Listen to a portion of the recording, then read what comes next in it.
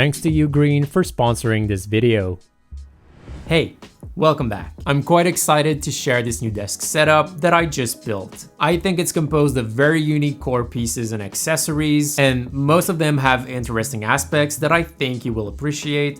At least, I do. If you're a frequent watcher of the channel, you may think I have way too many desk setups, and that is a fair critique, but keep in mind that I build these mostly for the video content and to inspire others with their own desk setups. It's not rare that I deconstruct or repurpose a setup after a video is filmed. As such, these videos take quite a bit of time to plan, build, and film, so consider leaving a like or a comment if you enjoy them. But enough about the process, let's dive right in. Starting with the desk, this is a very different standing desk than what I've reviewed in the past. It's made by Charcoal, a product startup with quite ambitious goals, and the desk is their first product.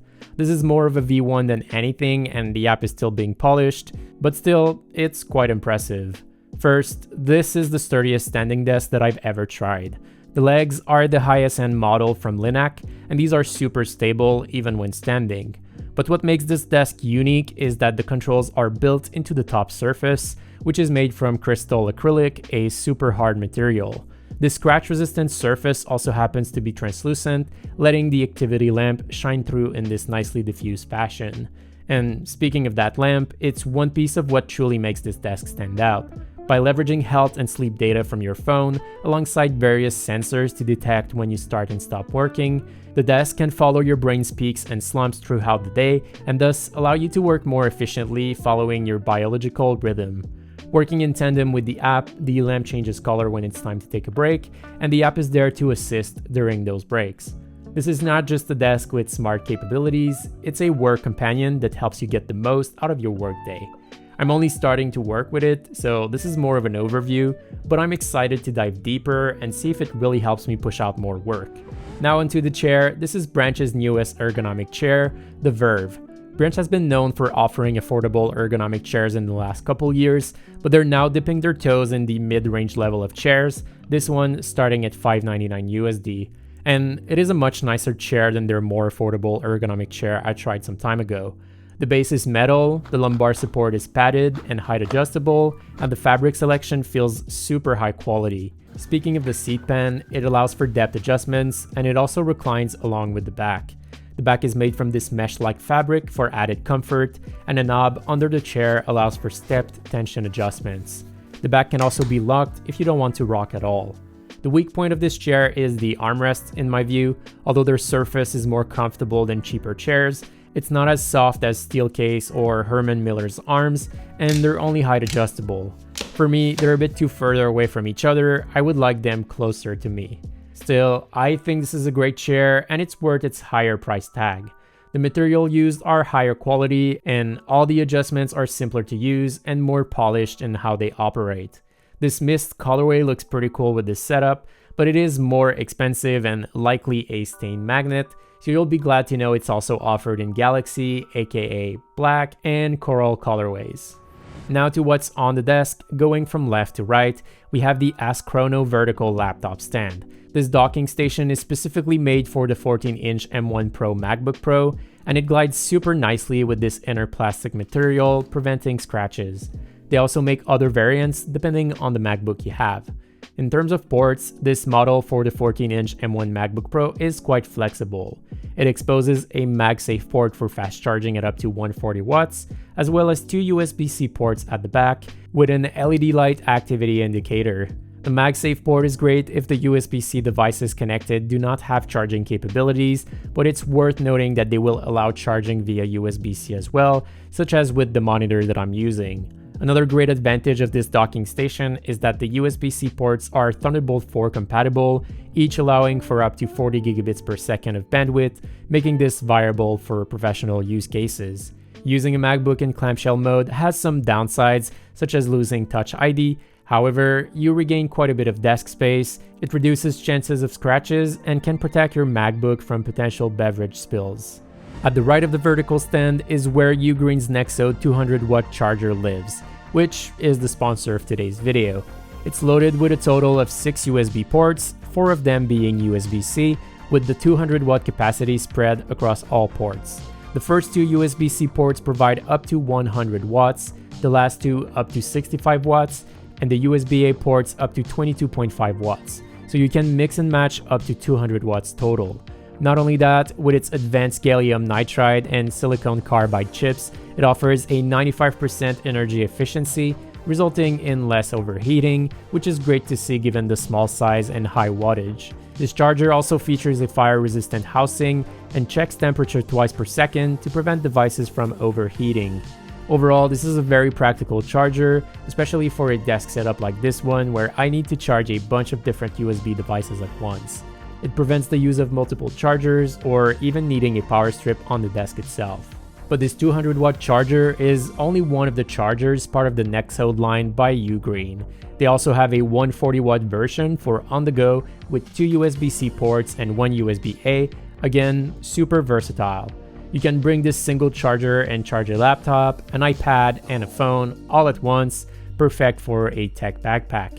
Given the 140 watt capacity, you can also charge a pair of laptops or other power-hungry devices, plus another accessory. You can also charge a single USB-C device and benefit from fast charging speeds. As an example, you can get a 16-inch MacBook Pro from 0 to 50% in less than 30 minutes.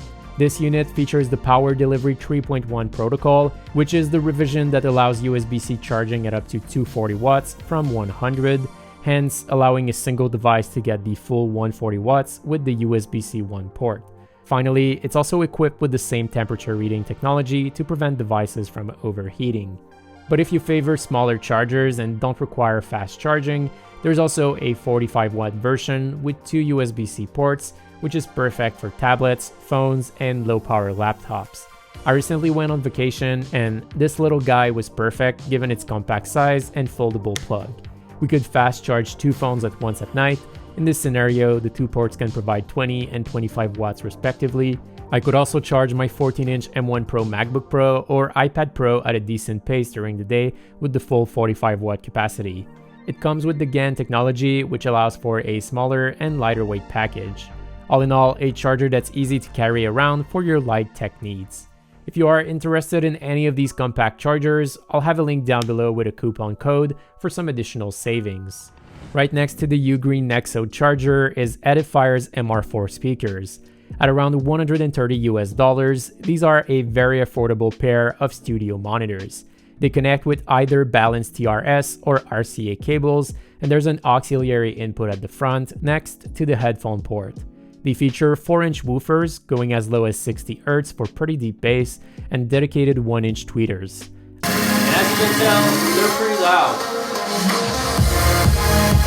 At the back is where you'll find the EQ knobs to adjust the treble and bass, and the Class D amp is effectively in the right speaker, while the left speaker simply connects with speaker wires. Although this set doesn't connect digitally, it does have a DSP on board for the equalizer, as well as the 2 sound modes built in that are either a flatter response for monitoring or a punchier sound signature for music listening. You can switch between the 2 modes by double-clicking the knob at the front, and it also controls the volume and power. All in all, these speakers sound really great, especially considering the price, and they look pretty clean in this white and black finish. Now to the monitor I went with. This is the LG Dual Up. I won't go in details about it as I recently published a dedicated video on this very monitor, but I like that this narrower panel lets me have larger speakers while still offering a lot of screen real estate. This aspect ratio is not for everyone, but it's a solid productivity option and is super nice for video editing, especially vertical content such as reels and shorts. Next up is my microphone of choice for this setup, and this is a USB mic from Neat, the Skyline. I'm actually recording this segment with it so you can have an idea of how it sounds. Its all-white body is a perfect match with this setup. It's mostly meant for conference calls, which is a common use case I had in mind for this productivity-oriented desk setup, but being a cardioid condenser microphone, it would be suitable for most voice applications. I like that it comes with its own stand and is quite tall, bringing it closer to the sound source. It also features a more refined look that's more suited for work compared to a lot of USB mics out there that have a gamer aesthetic. Its large mute button is also a welcome addition, especially for video conference calls where muting yourself is super common. Being a USB microphone, it has its own analog to digital converter with high-resolution 24-bit 96 kHz audio, being more than enough for what it's intended for. Overall, a solid little mic that offers great sound quality at an affordable price. At the far right of the desk, I decided to go wild and add a bit of decoration. This set of jars and cork lids is from IKEA, and I poured mechanical keyboard switches of various colors in them, color matched with the wall art I have behind this setup. This adds a bit of personality to this setup as I'm a big fan of mechanical keyboards, and it's also part of the cork theme I have going on here. Effectively, I also have a cork coaster, also from IKEA, which is perfect for a coffee mug. It's part of their 365 line of products, is fairly inexpensive, and I think features a very clean design. And then continuing with the cork accessories, I went with IKEA's cork mat.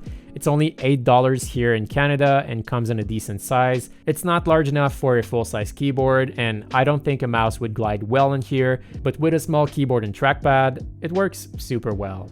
We'll have a closer look at those peripherals, but I first want to zoom out a bit and talk about the lamps I went with for this setup. So there's a floor lamp as well as a lamp that clamps to surfaces, and I have it on the nearby staircase's handrail. Both of them are from the new Aim Light of Lights by Gantri. They're both in this fog color with white accents, which kind of reminds me of the color combo of the Verve chair. Gantri lamps are made from a plant-based polymer in the United States, and they feature super unique designs, such as these. They both come with their own high CRI bulb, and its intensity can be adjusted with the built-in dimmer. These bulbs emit a very warm light, which I think helps make this otherwise somewhat sterile desk setup feel cozy.